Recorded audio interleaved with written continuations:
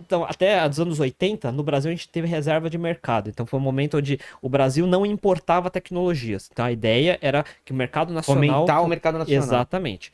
Infelizmente, não funcionou como foi planejado. Tudo que a gente desenvolveu sempre era uma geração atrasada e mais caro do que era lá fora. Então, a gente ficou atrasado. O que aconteceu é que a gente ficou atrasado na Total. adoção de microcomputadores até o começo dos anos 90, que foi quando abriu o mercado. Mas a gente teve potencial de fazer coisas interessantes. A gente teve microcomputadores brasileiros muito bons naquela época. A gente teve, só que eram todos clones. Então a gente teve clone de Apple II, eram os Unitrons. A gente teve clone de Tandy e PC, se eu não me engano, que foram CPs. Então esse é o CP500. Eu acho que Meu eles tio eram tinha, ele clones. trabalhava na Embratel, tinha um desse na casa dele, cara. A gente teve clones do inglês Xenex Spectrum, que aqui foi chamado de TK85 e Lembro dele TK90. também. E a gente teve os MSX da Gradiente, da Hotbit. Então a gente teve vários microcomputadores fabricados aqui no Brasil que eram clones. Tem uma história que não é confirmada, que eu até acho engraçado, que o Steve Jobs odeia o Brasil, porque naquela época saiu o Apple II e saiu o primeiro Macintosh. E aí, o clone do primeiro Macintosh, eles pegaram o firmware aqui no Brasil Sei. e piratearam Mano. a BIOS, vamos dizer, do Sei. sistema, para poder funcionar o clone. E aí a Steve Apple Jobs, falou, governo brasileiro, vocês estão pirateando a porra toda que não vai rolar. Aí o governo brasileiro falou, fica na tua.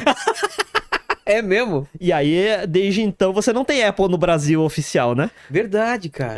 Pois é, ele ficou ressentido. Até hoje. Aí dizem as más línguas, não é confirmado. Aí o Steve Jobs, ele foi chutado da Apple nos anos 80, Verdade. ficou os anos 90 esquecido, Foi trabalhar lá na Pixar, Não, na outra empresa. Next, Next, exato. fundou a Next, comprou a Pixar e Encheu de dinheiro. encheu dinheiro, o rabo. voltou no final dos anos 90, fez iMac colorido e continuou não abrindo a Apple no Brasil, entendeu? Não tem fabricação de computador aqui da Apple, é Não verdade. tem oficial, não tem iTunes oficial, não tem nada disso. A gente tem representantes, tal, mas não tem Apple do Brasil. Então, assim como o Microsoft está no Brasil, todos eles estão, menos a Apple. Putz, é por isso então. Não Então, sabia. é a história que eu ouço. Mas pode ser, faz sentido. Faz sentido daquela época, entendeu? Então, naquela época, nos anos 80, a gente tinha acesso. Eu não tinha acesso a esses microcomputadores, eram caros, não era pra qualquer um. Tipo, não é que nem um smartphone. Esse aí é o primeiro Macintosh. Era, Olha. era até engraçado que o brasileiro da Unitron era igualzinho a carcaça. Sério? Só o disk drive que é embutido ali dentro era um quadrado, um retangulão, porque eles Tá. encaixavam um de prateleira ali, entendeu? Eles não fizeram até esse nível. Mas aí O mouse como era o antes. sistema operacional que ficava num chip de ROM, ele foi copiado da Apple, porque esse era o grande diferencial, ter a interface gráfica, o Sim. driver de mouse e tudo mais. Então, aqui no Brasil a gente teve, chamava Unitron. Só que aí a gente teve clone de Apple II, a gente teve clone de Macintosh, mas a gente nunca evoluiu acima disso, ficou só nos clones. Vários outros países fizeram isso também. Então, a China fez isso, acho que a Índia fez isso também, mas a China evoluiu um mercado próprio em cima disso, Taiwan e tudo mais. É. Aqui a gente travou e ficou nisso. Então, eu não sei explicar exatamente quais foram todos os motivos, mas isso aconteceu naquela época dos anos 80, a gente acabou abrindo o mercado dos anos 90, só que nunca foi favorável porque o nosso dólar Olha lá. sempre foi. Ah lá, tá vendo que o É. retângulo dos disk drives, Muito parecido. ele pegava um de PCzão e grudava ali. Ele só fez uma carcaça muito parecida, esse era o brasileiro. Então, Porra. exatamente. Então agora você imagina assim, a gente que era moleque, nessa época eu tô falando, sabe, tinha 10 anos de idade, isso aí é 1985, talvez 86 que teve os clones, e a gente tava começando a aparecer na televisão a ideia de que computadores eram algo interessante. E um dia você vai ter na sua casa. Um dia você vai ter na sua casa. E tem um mouse, um troço que É.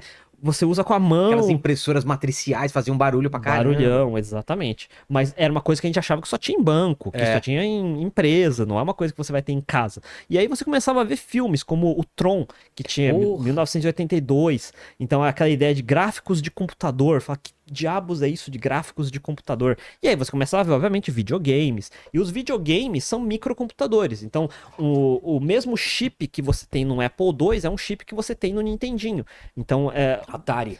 o mesmo chip que você tem com um Commodore, alguma coisa do tipo. Acho que no Commodore não, mas eu não lembro qual deles que era usava Z80. Aí você tem no Master System, você tem no Mega Drive. Então, os chips são muito parecidos, são iguais, na verdade. O que muda são os acessórios ao redor, que aí você tinha um chip gráfico dentro de um console que você não tinha no microcomputador.